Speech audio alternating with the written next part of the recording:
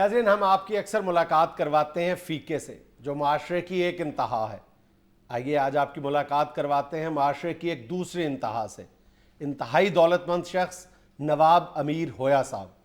السلام علیکم نواب صاحب. جی وعلیکم السلام. جی سر یہ ہویا کیا ہے؟ ذات ہے کیا ہے یہ؟ جی ذات ہے جی، میری ذات ہے. اچھا یہ ذات ہے.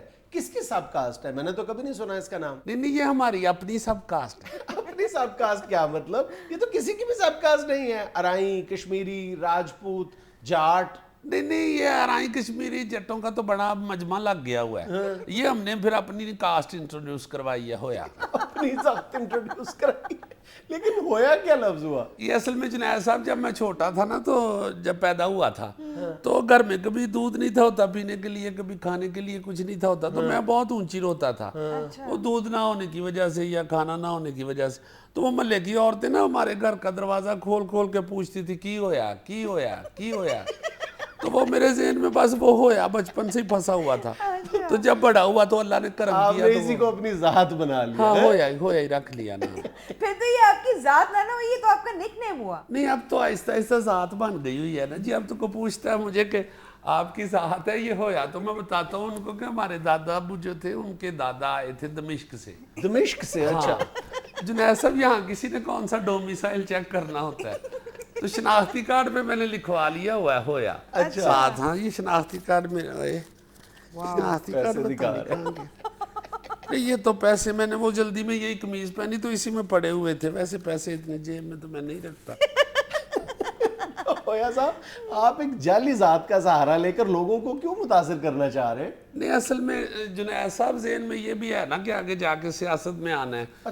تو وہ میرا پوسٹوں پہ امیر لکھا ہو تو وہ تو بندہ کونسلر لیول کا لگتا ہے. اچھا. تو اس طرح ساتھ نواب امیر ہویا لکھا ہو تو پھر لگتا ہے میں نے MP وغیرہ کی فائٹ میں. تو آپ انگوٹھیاں یہ بار بار کیوں اتار رہے ہیں؟ بس یہ اصل میں ڈائمنڈ کی انگوٹھیاں پہننے کی اتنی عادت نہیں ہے نا مجھے. تو ابھی میں نکلنے لگا تو آپ کی بھابھی کہنے لگی کہ ڈائمنڈ والی پہن کے جاؤ. وہ میں نے دوسری دونوں تینوں اتار کے تو جیب میں رکھ لی تھی.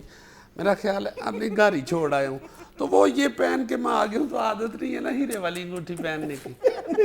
عادت کیوں نہیں ہے؟ بس ابھی 10-12 سال ہی ہوئے نا جی، اللہ کا کرم ہوئے. اچھا. ہاں وہ ہمارا رقبہ تھا زرعی. تو ابا جی کہتے تھے نہیں یہ زرعی رقبہ ہے تو ہم نے کاشت ہی کرنا ہے. تو بس پھر ابا جی کی ادھر آنکھ بند ہوئی، میری قسمت کھل گئی. وہ سارا رقبہ ڈیفنس کے ساتھ تھا نا جی. تو میں نے ڈیفنس والوں کے آگے ہی بھیج دیا. اچھا تو یہ سب کچھ والد صاحب کی طرف سے ملا ہوا ہے؟ جی والد صاحب کی طرف سے. اور میں کون سا پرانا موبائل پن کے بیچتا تھا یا سڑکوں پہ بجری پھینکتا تھا. دسیاتے ہے کہ 8-10 سال پہلے ہی ہویا کرم اور نواب امیر ہویا بشرم.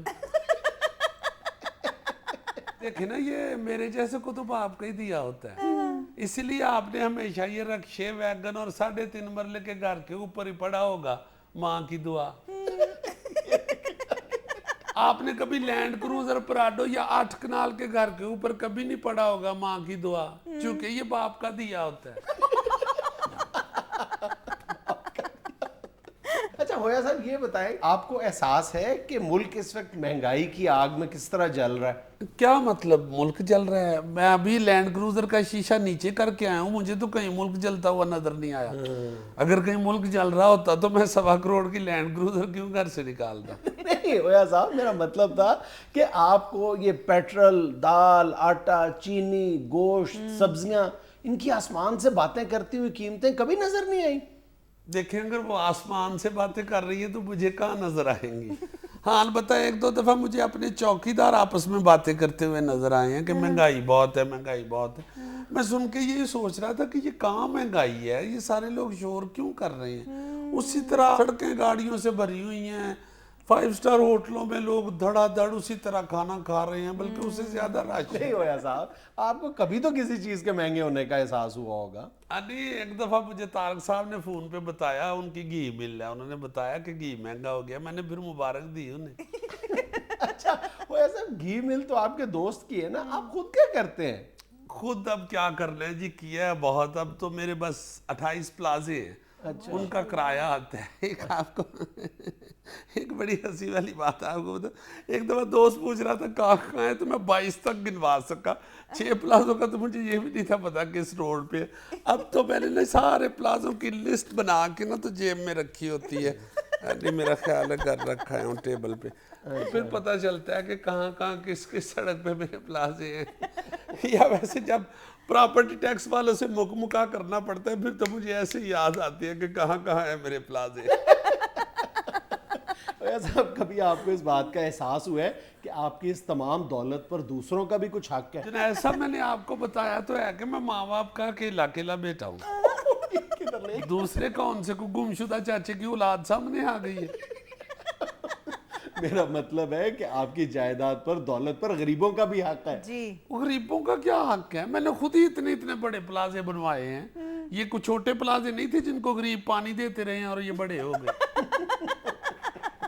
ہویا صاحب آپ سے پوچھنے کا مقصد یہ ہے کہ آج تک آپ نے غریبوں کے لیے بھی کچھ کیا یا خود اکیلے ہی ہڑپ کر جاتے ہیں؟ جی کیوں نہیں غریبوں کے لیے، جب بھی کسی پلازے کا لینٹر پڑتا ہے ادھر دیکھ پکتی ہے تو غریب ہی کھاتے ہیں، میں گھر تو نہیں لے جاتا۔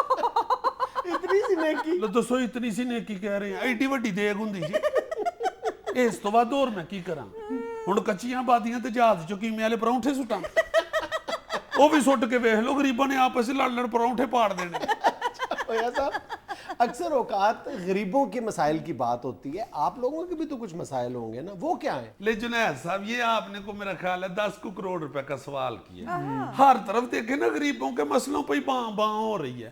ہم غریبوں کو، میرا مطلب ہے ہم امیروں سے کوئی نہیں پوچھتا کہ آپ پہ کیا ظلم ڈائے جا رہے ہیں۔ اوئے کیا ظلم ڈال رہے ہیں آپ؟ کوئی کو تو بتاؤں نا، آپ دیکھیں نا 5000 کا جب سے نوٹ نکلا ہے آدھا گھنٹہ پھرتے رہے اس کا چینج نہیں ملتا، پھر آپ اگر بینک سے نوٹوں کی گڈی لے لیں، دیکھیے آپ نے 5000 کے نوٹوں کی گڈی کتنی سخت پن اس پہ لگی ہوتی ہے، وہ ادھی نہیں ہوتی گڈی۔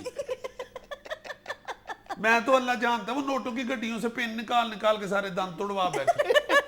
اور جن نوٹوں کی گڈی کو بھی دفع کرے، یہ امیروں کے ساتھ تھوڑا مسئلہ ہے، دولت اس وقت ہاتھ آتی ہے جب بوٹی نہیں چبائی جاتی۔